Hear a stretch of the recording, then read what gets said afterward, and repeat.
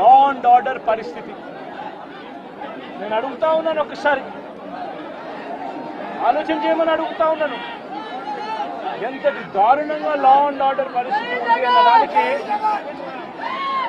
నిదర్శనము ఈ రషీద్ కేసే ఒకటి తీసుకోండి కావాలంటే. రషీద్ కేసే ఒకటి కావాలంటే తీసుకోండి.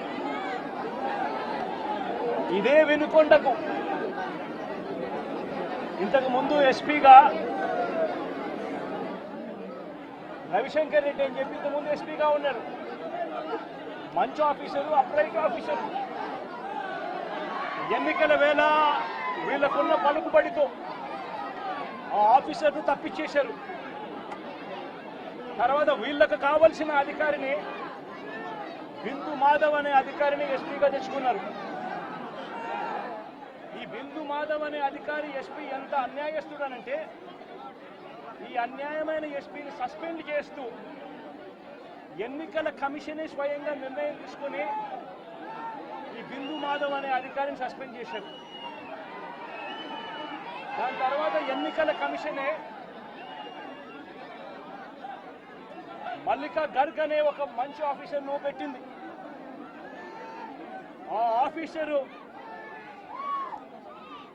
చంద్రబాబు నాయుడు గారు అధికారంలోకి వచ్చిన వెంటనే ఆ ఆఫీసర్ను కూడా పంపించేశాడు. ఆ ఆఫీసర్ చంద్రబాబు నాయుడు గారి మనుషులకు, తెలుగుదేశం పార్టీకి సహాయ సహకారాలు అందించను అని చెప్పి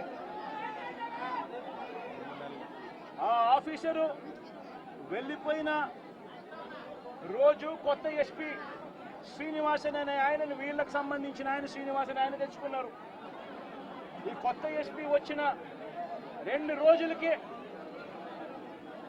ఈ కొత్త ఎస్పీ వచ్చిన 2-3 రోజులకే హత్య జరిగింది. ఆ హత్య కూడా ఏమిటి? అత్యంత దారుణంగా నడి రోడ్డు మీద ప్రజలందరూ చూస్తూ ఉండగా అమాయకుడైన